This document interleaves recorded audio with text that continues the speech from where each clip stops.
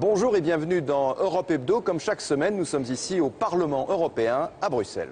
Et dans cette émission, nous allons aller en Roumanie qui est désormais confrontée au problème des déserts médicaux. De plus en plus de médecins roumains souhaitent s'installer en Europe de l'Ouest pour améliorer leurs conditions de travail et augmenter leur salaire. Mais l'actualité de la semaine, ça reste l'Europe confrontée au scandale de la viande de cheval, mais également à la réintroduction des farines animales. Notre invité sera José Bové. Mais tout de suite, cette question avec Nora Hamadi. Qu'y a-t-il dans nos assiettes ?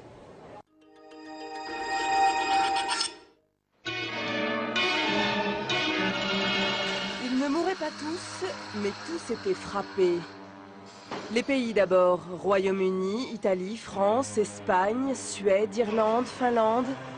Et les industries, Findus, Picard, Nestlé. Mais qu'est donc ce mal qui répand la terreur? Sont-ce des animaux malades de la peste? Non. Du canasson? De la simple viande de canasson. Oui, mais de la viande de cheval à la place de la viande de bœuf, c'est prendre les vessies pour des lanternes, non? Mais voilà, la chair de cheval est bien moins chère, donc dans les lasagnes, cela fait désordre. Pensez donc, des industriels augmenteraient leur marge en trompant le consommateur? Non, vous n'y pensez pas. Et derrière, c'est la sacro-sainte question de la traçabilité qui se pose. Alors, qu'y a-t-il dans nos assiettes ? Qu'y a-t-il dans nos assiettes? José Bové, bonjour. Bonjour. Vaste question. Alors vous êtes député européen français du groupe des Verts. Vous êtes vice-président de la commission agriculture ici au Parlement européen. Qu'est-ce que ce scandale de la viande de cheval, qu'est-ce que ça dit du fonctionnement européen? D'abord, est-ce que c'est un scandale européen selon vous? Alors, moi je dirais que c'est un scandale au niveau de l'Europe. Mais c'est un scandale de la chaîne alimentaire, en gros de l'agro-industrie. C'est-à-dire que la logique des bas prix, comme ça vient d'être expliqué, on réduit les coûts, on maximalise les profits, on est dans ce schéma-là. Et donc plus on rallonge la chaîne alimentaire, plus on a une logique industrielle de la production entre le producteur et le consommateur, fatalement, on arrive à ce genre de système. Donc ce n'est pas l'Europe qui est en cause dans cette affaire, c'est très clairement un modèle agroalimentaire qui a été poussé évidemment par un certain nombre de lobbies et sur lesquels la Commission, malgré tout, a donné son aval. Alors depuis le début de cette affaire, l'Europe ne cesse de dire « nous, on édicte les normes » et ensuite c'est aux pays, aux États membres de faire les contrôles. On a l'impression quand même un petit peu qu'elle se défausse sur les différents États. Est-ce que ça correspond à une réalité? Est-ce que c'est comme ça que ça fonctionne? Alors, c'est vrai qu'il y a une agence européenne sanitaire des aliments, l'AESA, EFSA en anglais, qui a un contrôle qui est né du scandale de la vache folle. Et donc, l'idée, c'était effectivement qu'on ait un contrôle européen. Mais ce sont les États membres, effectivement, qui de plus en plus ont la délégation pour agir. Le dernier exemple en date, c'est sur justement le contrôle lié à la vache folle. Eh bien, la Commission européenne vient de dire aux États, vous pouvez arrêter, nous, on vous autorise à arrêter tout contrôle sur la vache folle. Attendez, arrêtons-nous un instant là-dessus, justement. Ce que vous dites, c'est que la Commission dit maintenant ce n'est plus nécessaire de faire des contrôles sur les vaches pour savoir si elles sont malades de la maladie de vache folle. C'est terminé. C'est terminé. Le 4 février, donc dans un document officiel que j'ai ici, la Commission vient de dire aux États membres, vous pouvez arrêter les contrôles sur la vache folle. Or, on sait que cette année, il y a eu 28 cas de vache folle. Donc, on voit bien quelle est la logique. On est dans cette logique politique qui est voulue d'ailleurs par le Conseil des chefs d'État et de gouvernement, on dirait de renationaliser les politiques. Et ça, je pense que c'est très dangereux de ramener les politiques. Il faut qu'on ait un véritable contrôle, une politique européenne. Et ensuite, les États appliquent cette politique européenne. Mais on ne peut pas laisser aux États la liberté ou non de dire on arrête les contrôles sur la vache. Ça n'a pas de sens. Et bien, c'est la même chose sur les farines animales, c'est la même chose sur le trafic de viande. Alors justement, à propos de cette information-là que vous venez de nous livrer, donc plus de contrôle sur la vache folle, plus, on le sait, le retour des farines animales dans l'alimentation des poissons dans un premier temps, est-ce que ça veut dire que finalement la Commission européenne estime qu'il n'y a plus de danger vis-à-vis de l'ESB? Et puis d'autre part, est-ce qu'elle n'a pas raison? Parce qu'après tout, peut-être que c'est terminé cette affaire. Alors, on pourrait l'entendre de cette manière-là, sauf que sur le prix, on n'a toujours pas véritablement de connaissances scientifiques. On nous avait dit que ça ne pouvait pas passer la barrière des espèces. L'homme a été contaminé. Donc on a des vrais problèmes. Et puis il y a encore des cas. Donc le problème, c'est qu'à partir du moment où on a réintroduit, on enclenche le processus pour réintroduire des farines animales, ce qui est un véritable scandale. D'abord pour les poissons. Pourquoi c'est on nous dit, moi que les farines animales d'aujourd'hui ne sont plus celles des années 2000, 90 et 2000 qui ont favorisé l'extension de la maladie de la vache folle. Est-ce que c'est vrai? Est-ce que ces farines animales ont vraiment changé? Alors, dans un premier temps, on nous dit que seules les farines animales, à partir de porc et de volailles, vont être données aux poissons, puis ensuite aux porcs, puis ensuite aux volailles. Ça, c'est le schéma idéal. On est toujours un peu chez les bisounours, puisqu'en réalité, on sait très bien qu'à partir du moment où on est dans ce processus, on aura des dérives, avec justement le même scandale qui s'est passé pour la viande de cheval qui a été prise pour de la vache. On aura des trafiquants, on aura tout un système industriel qui va chercher à optimiser. Donc, comme ça coûtera pas cher d'avoir des farines animales, eh bien, on va les réintroduire.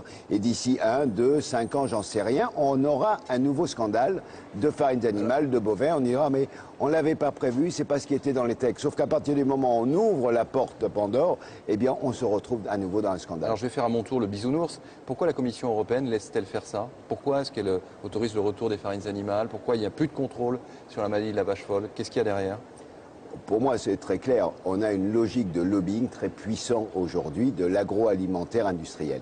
Aujourd'hui, ils veulent à tout prix être dans la conquête de marché. Donc, on a des marques. On a parlé de celles qui sont le circuit. Le packaging vaut plus cher que les produits qui sont à l'intérieur. Donc, on diminue les coûts et à partir de là, on inonde les marchés. Donc, dans ce processus industriel, effectivement, on doit, au fur et à mesure, avoir le plus de liberté au niveau de la circulation des marchandises et on a un vrai danger. Donc la question aujourd'hui, c'est comment, un, pour sécuriser les consommateurs et deux, pour permettre aux paysans de vivre, on raccourcit la chaîne alimentaire, on remet par exemple en service, on reconstruit des abattoirs de proximité parce que la restauration collective est importante et donc celle-là, elle peut se faire à partir de la proximité. Donc il faut revisiter complètement la politique agricole commune, puisque c'est dans ce cadre-là que ça peut se faire. Et dans le cadre du développement rural, qui est un des chapitres de cette PAC, l'objectif très clairement, c'est de relocaliser la production agricole. Ce que vous nous dites en fait, c'est que Bruxelles, pour des raisons financières et parce qu'elle est, je dirais, influencée par du lobbying, finalement lève les barrières et laisse faire de nouveau. Qu'est-ce que vous comptez faire? Je veux dire, vous êtes, on le sent, scandalisé par ces affaires. Est-ce que vous avez des actions? Comment vous allez faire parce que là, finalement, c'est fait, tout ça, c'est fait. Et donc, qu'est-ce que vous, en tant que député européen et du groupe des Verts, qu'est-ce que vous pouvez faire? Écoutez, d'abord, c'est le mettre sur la place publique. Et le fait que je sois ici au Parlement me permet effectivement d'interpeller de manière beaucoup plus large. Donc ça, c'est très important. Ensuite, on va mener des actions au niveau des différents députés, au niveau des États. Et on va réinterpeller le commissaire qui a mis en place ces processus. Parce que c'est pas parce que c'est autorisé qu'on ne peut pas revenir en arrière. Et pour moi, il est très clair qu'il faut revenir en arrière. Mais au terme, si au 1er juin, ces farines sont autorisées dans l'élevage des poissons, eh bien, on va mener des actions publiques pour appeler au boycott du poisson d'élevage et on va appeler aussi certainement à des actions pour aller sortir des magasins ces produits aux farines animales. D'un mot, José Bové, Delphine Batho, la ministre française, appelle à la création d'un label poisson sans farines animales. Est-ce que ça vous paraît crédible? Mais écoutez, c'est un début, sauf qu'on est dans le cadre européen. Donc ce n'est pas au niveau d'un pays, parce que les industriels ou que les producteurs, les pisciculteurs français disent on n'utilise pas les farines, c'est une première chose. Simplement, le marché est ouvert et il n'y aura pas que ce type de poisson dans les étals. Donc il faut que ça soit une législation européenne. Pour moi, il faut interdire les farines animales, mais si elles y sont, il faut qu'il y ait un étiquetage obligatoire. Comme ça, le consommateur, il verra marqué en gros nourri aux farines animales. Ça m'étonnerait qu'il ait envie d'en acheter. Merci José Bové d'avoir accepté cette invitation dans Europe Hebdo. Un autre sujet d'actualité au niveau européen, c'est celui du budget. Les 27 chefs d'État, vous le savez, se sont mis d'accord sur un budget européen pour les 7 ans à venir. Et évidemment, les télévisions européennes en ont parlé. On regarde ce zapping signé Aurélie Daface. Après 24 heures de combat, accord sur le budget. Et sur les télévisions européennes, on compte les points. David Cameron est proclamé vainqueur. Ce fut une bataille entre le président français d'un côté et le Premier ministre britannique de l'autre, sur l'argent dont a besoin l'Europe et sur qui doit le toucher. Les médias français ont déclaré leur président perdant. Ils affirment qu'il a été abandonné par la chancelière allemande. Alors, défaite ou victoire pour l'Union? Entre la RTBF et les dirigeants européens, les avis divergent. Tout cela ressemble à une défaite pour l'Europe et pourtant, étrangement, tout le monde est content. C'est un budget pour le futur. C'était l'objectif que je m'étais fixé. Le budget européen, heureusement, présente des mesures positives. Mais déjà, la belle victoire s'effrite. Le Parlement européen fait entendre une note dissonante. Ce budget ne lui convient pas. Nous ne pouvons pas accepter que d'un côté nous exigions des États membres un assainissement de leur budget, et je suis pour cela, et que nous commencions ici à créer du déficit. Cela nous interdit de signer un tel budget. Je ne le ferai pas. Alors nous sommes avec Isabelle Horry. Bonjour Isabelle. Bonjour. Vous êtes la correspondante de la radio française Europe 1 ici à Bruxelles. On a entendu le président du Parlement européen qui montre un peu ses muscles et qui dit ce budget on ne va pas le signer. Alors c'est vrai que ce qu'on sait peu c'est que le Parlement européen a le droit maintenant d'opposer son veto à ce budget. Est-ce que vous pensez que le Parlement européen va avoir le courage politique de le faire? Je pense que c'est vraiment une sorte de cadeau empoisonné pour le Parlement parce que c'est vrai, vous l'avez dit, c'est la première fois, ils ont ce pouvoir. Alors évidemment, c'est tentant, on se dit, est-ce qu'ils vont s'en servir? Est-ce qu'ils vont du coup montrer la puissance? Puisqu'après tout, eux représentent les citoyens européens face aux États et à ce qu'on a appelé les égoïsmes des États.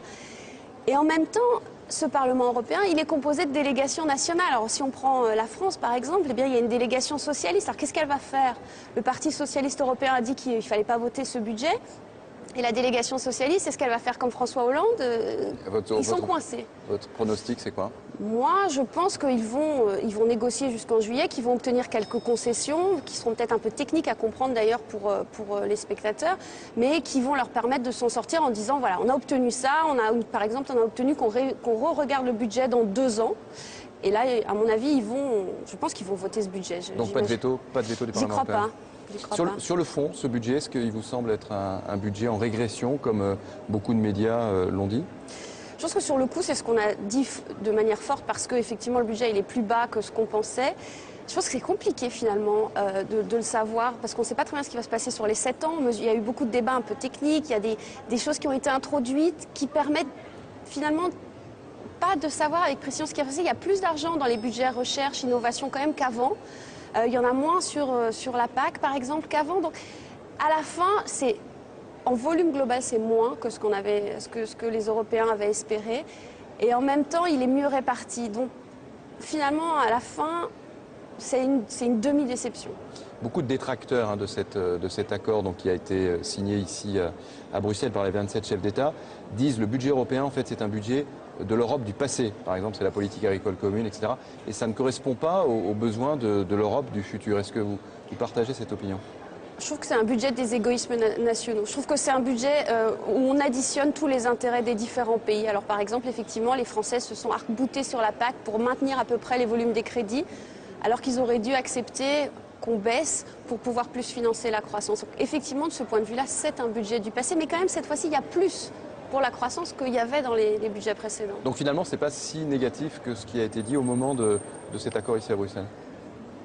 J'ai l'impression que sur le moment, on l'a tous trouvé très négatif, mais que sur le moment, c'est très compliqué de juger un budget qu'en plus, les explications qu'on nous donne sont extrêmement techniques, elles se font au cœur de la nuit. Ce budget, il est décevant. Il faut quand même voir que c'est moins d'1% du budget de l'Union européenne. Donc, si on se place dans une logique d'ambition européenne, il est décevant. Si on se place dans ce qu'il était possible d'obtenir, finalement, bon, c'est pas un désastre. Merci en tout cas Isabelle Horry d'avoir accepté notre invitation. On va rester évidemment dans les affaires européennes et nous allons partir en Roumanie. Il se trouve qu'on a peut-être vu dans les hôpitaux, vous l'avez peut-être vu comme moi, il y a souvent des médecins roumains ici en Europe de l'Ouest. Eh bien, ces médecins manquent dans leur propre pays. Là-bas, ça devient un désert médical. Voici un reportage réalisé en Roumanie par Marie Bremo et Mehdi Chebana.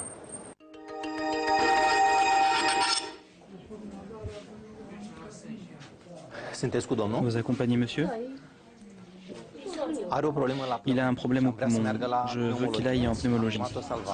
Cela fait 13 ans que Cristian Perianu est médecin urgentiste.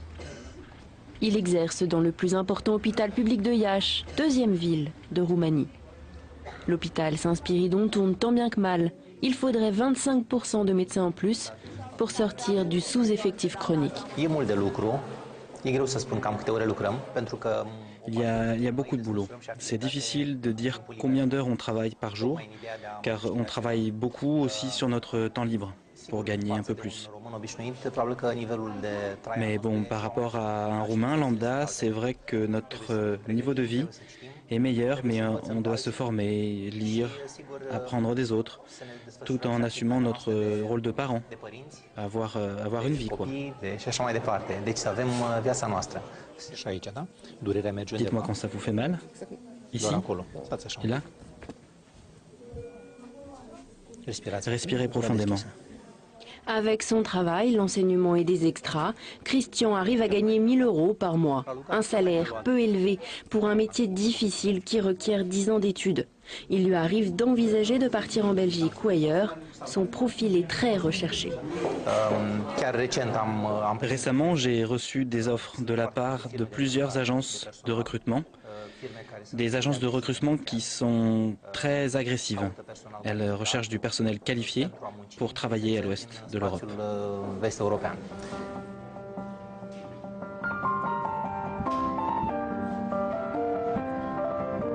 À l'ouest de l'Europe, des déserts médicaux. En Roumanie, le malaise de médecins qui se sentent bien souvent dénigrés et souffrent d'un manque de reconnaissance. Ici, les politiques de santé ne représentent que 4% du produit intérieur brut, contre 10% en moyenne en Europe. Isabelle a 30 ans et dans quelques mois, elle aura achevé son internat. Sa spécialité, anesthésie en soins intensifs.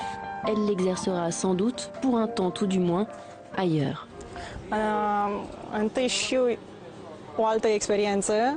Ce serait l'occasion d'une nouvelle expérience, dans un hôpital où il y a une bonne organisation et des moyens conséquents.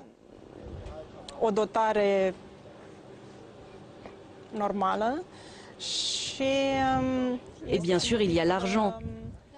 Tout le monde sait qu'on est mieux payé à l'étranger qu'en Roumanie.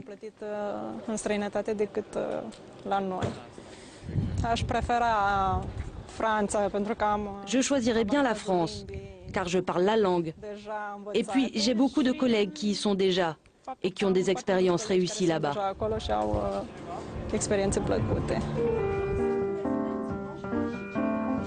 La France et la Belgique, des destinations privilégiées, les Roumains sont francophones. Depuis l'adhésion du pays à l'Union européenne en 2007, l'équivalence des diplômes et la libre circulation, le phénomène est alarmant.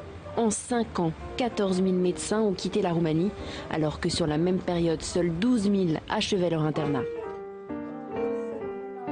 En Roumanie, il y a un peu moins de 2 médecins pour 1000 habitants, quand la moyenne en Europe est de 3,7. L'ordre des médecins roumains assiste impuissant à une hémorragie qui dure et s'accentue. Si ce genre d'exode continue, dans quelques années, le système de santé roumain va péricliter. C'est une situation très grave. Mais malheureusement, les hommes politiques roumains ne comprennent pas cela et n'ont pris aucune mesure pour les inciter à rester dans notre système de santé.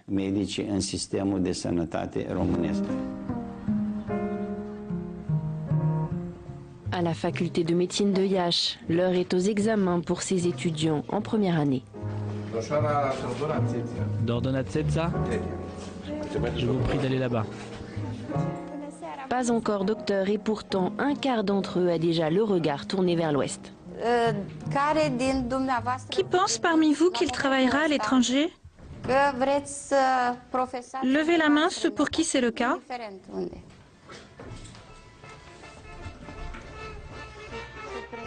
Depuis 2007, cette fuite des médecins aurait déjà coûté à l'État roumain 3 milliards d'euros. Une grande partie de la formation est prise en charge par les pouvoirs publics. Alors, des voix s'élèvent pour demander aux pays qui attirent et profitent de ces médecins de mettre la main à la poche. Une sorte de juste retour sur investissement pour la Roumanie.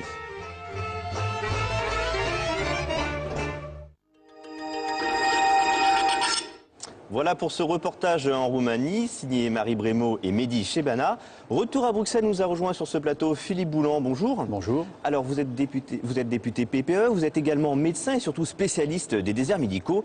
Est-ce que vous êtes étonné que ces déserts médicaux soient désormais une problématique en Roumanie ? Non, absolument pas. On sait que le classement des problèmes de démographie médicale met Cuba en tête des pays les mieux dotés. La France est à peu près 25e, la Roumanie 65e. Donc, comme il y a beaucoup de médecins roumains, et personnellement, dans mon cabinet, j'ai une femme remplaçante quand je suis au Parlement européen, qui est roumaine, donc je connais bien le problème. Effectivement, nous aggravons ce problème en Roumanie. Alors justement, est-ce que vous comprenez que ces jeunes médecins ou moins jeunes médecins roumains soient attirés par des meilleures conditions de travail et surtout des salaires plus importants ? Ah oui, tout à l'heure dans votre reportage, on parlait d'un urgentiste qui gagne 1 000 € par mois. C'est assez exceptionnel en Roumanie. En règle générale, il gagne entre 200 et 400 € par mois. Ma remplaçante gagne beaucoup plus, dans les 5 000, 6 000 € par mois. C'est quand même beaucoup plus intéressant, dans des conditions de travail qui sont quand même beaucoup plus confortables et financièrement plus attrayantes. Alors, on se retrouve avec un pays, la Roumanie, qui a un des taux de médecins parmi les plus faibles d'Europe. On se retrouve avec 1,9 médecins pour 1000 habitants. C'est insuffisant ? Ah oui, c'est insuffisant. Nous, en France, on estime qu'on est à 2,5 médecins pour 1000 habitants, à peu près. Donc, on estime déjà qu'on est en pénurie de médecins. Alors, vous imaginez, la Roumanie, c'est bien pire. Alors, on a une question pour vous. C'est une question de Vasil Astarastoae. C'est l'équivalent du président de l'Ordre des médecins en Roumanie. On l'écoute tout de suite.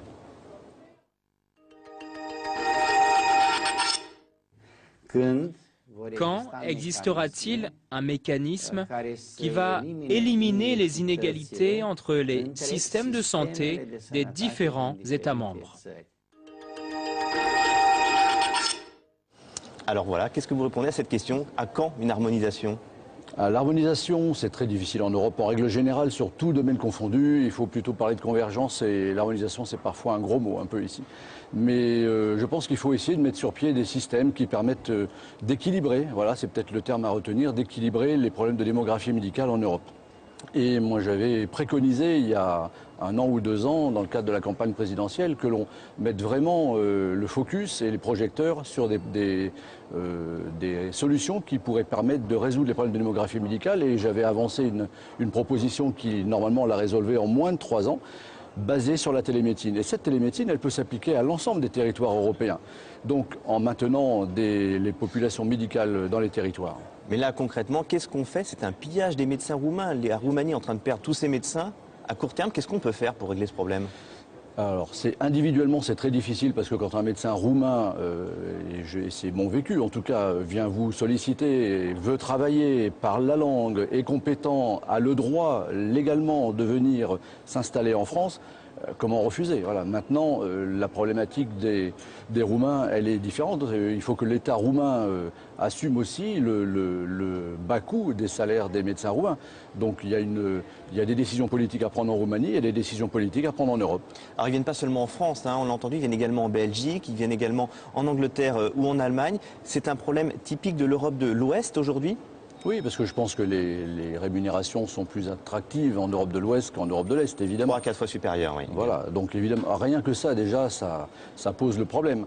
Ensuite, il y a des régions en France où on a 3/4 de médecins étrangers qui ne sont pas que roumains. Nous avons aussi une population de médecins maghrébins qui est assez importante. Donc vraiment, en France, c'est pas du pillage volontaire, mais on ne peut pas ne pas accueillir des médecins qui en plus nous rendent service et rendent service à notre population. Alors en France, il y a un problème de numerus clausus qui a été relevé. Est-ce que c'est pas absurde aujourd'hui d'avoir cette limitation? Est-ce qu'on ne pourrait pas former beaucoup plus de médecins en France? Si, c'est ce qu'on dit depuis des années et des années. Le numerus clausus a augmenté de 10% en quelques années. C'est ridicule au regard des besoins de la population. Donc on aurait dû, il y a longtemps, augmenter encore plus ce numerus clausus. Pour autant, il faut être quand même un peu sélectif. Mais on n'a absolument pas pour le moment d'équivalence, et tant que toutes les autres solutions proposées par les gouvernements ne permettent pas de pallier ces problèmes de défaut de médecins. Soyons clairs, vous aviez adressé une lettre à l'époque à Nicolas Sarkozy lorsqu'il était président de la République sur le problème des déserts médicaux. Que ce soit des déserts médicaux en France ou en Roumanie, vous êtes pour la liberté d'installation, mais à une condition. Est-ce que vous pouvez nous la rappeler? Il faudra avoir une période un petit peu de transition avant de choisir le lieu où on s'installe. Voilà, moi j'ai vécu ça dans des pays du tiers-monde, des pays émergents où on a ce type de dispositif qui marche très bien. Et donc je pense qu'en France, si on veut autoriser un médecin, tout en maintenant la liberté d'installation, autoriser un médecin à s'installer dans une zone relativement correctement dotée ou surdotée, il faut l'obliger avant à faire quelques années dans un territoire sous-doté. Peut-être que ce médecin se plaira, découvrira ce territoire, l'adoptera, y vivra, y restera. Donc pourquoi pas, c'est un challenge. Maintenant, après, il aura l'autorisation d'aller ailleurs, mais entre-temps, il y aura un turnover régulier sur 3 ans, 4 ans d'installation dans ces territoires sous-dotés. Déjà, rien que ça solutionne une partie du problème. L'autre pan de ma proposition était basé sur la télémédecine. Les plus optimistes disent que ça peut être bénéfique pour la Roumanie, cet exil des médecins roumains, puisqu'à long terme, ils reviendront peut-être en Roumanie. Cela bénéficiera à l'ensemble du système de santé roumain. Est-ce que vous croyez à un retour de ces médecins ensuite en Roumanie? Pas du tout, je pense pas. Je pense que tant que les conditions d'exercice médical en Roumanie sont telles qu'elles sont à la date d'aujourd'hui, ils ne reviendront pas. Il faudrait vraiment, ce que je vous disais tout à l'heure, qu'il y ait un changement politique chez eux. Politique, social, économique, évidemment. Donc les médecins qui sont chez nous en France s'y plaisent, s'installent, se regroupent d'ailleurs. Moi, je vois beaucoup de regroupements communautaires et je pense que c'est gage d'une installation à long terme. Il ne faut rien faire pour limiter les autorisations et les déplacements de médecins à travers l'Europe. C'est le libre-échange, il faut absolument laisser faire les choses? Voilà, moi je pense que la régulation le système doit s'auto-réguler et il y a des directives qui autorisent les médecins à circuler. Et mais ce n'est pas le cas l'autorégulation pour le moment. On voit qu'il y a des soucis justement sur les pays de l'Est. Effectivement, si les déserts médicaux, on les transfère de la France vers les pays de l'Est, il n'y a pas d'autorégulation. Non, il n'y a pas d'autorégulation, mais il y a des directives qui autorisent la libre circulation. Et ça, on est absolument pour la liberté de circulation dans l'Europe. C'est le principe même de l'Europe, la liberté de circulation des biens, des personnes, des marchandises, de l'argent. Donc on ne va certainement pas lutter contre ça. Et les directives européennes autorisent la reconnaissance de diplômes dans l'Union européenne. Donc on ne va pas remettre ça en cause. Je crois qu'il appartient à la Roumanie de faire les efforts nécessaires pour essayer d'attirer ces médecins et de les faire revenir le plus possible. Et nous, on trouvera d'autres solutions. Eh bien, merci Philippe Boulan d'avoir été avec nous et d'avoir répondu à nos questions. Rendez-vous la semaine prochaine pour un nouvel Europe Hebdo ici, à Bruxelles, avec Katia Gilder et François Bedonnet. Bonne suite des programmes et à très bientôt sur les chaînes parlementaires.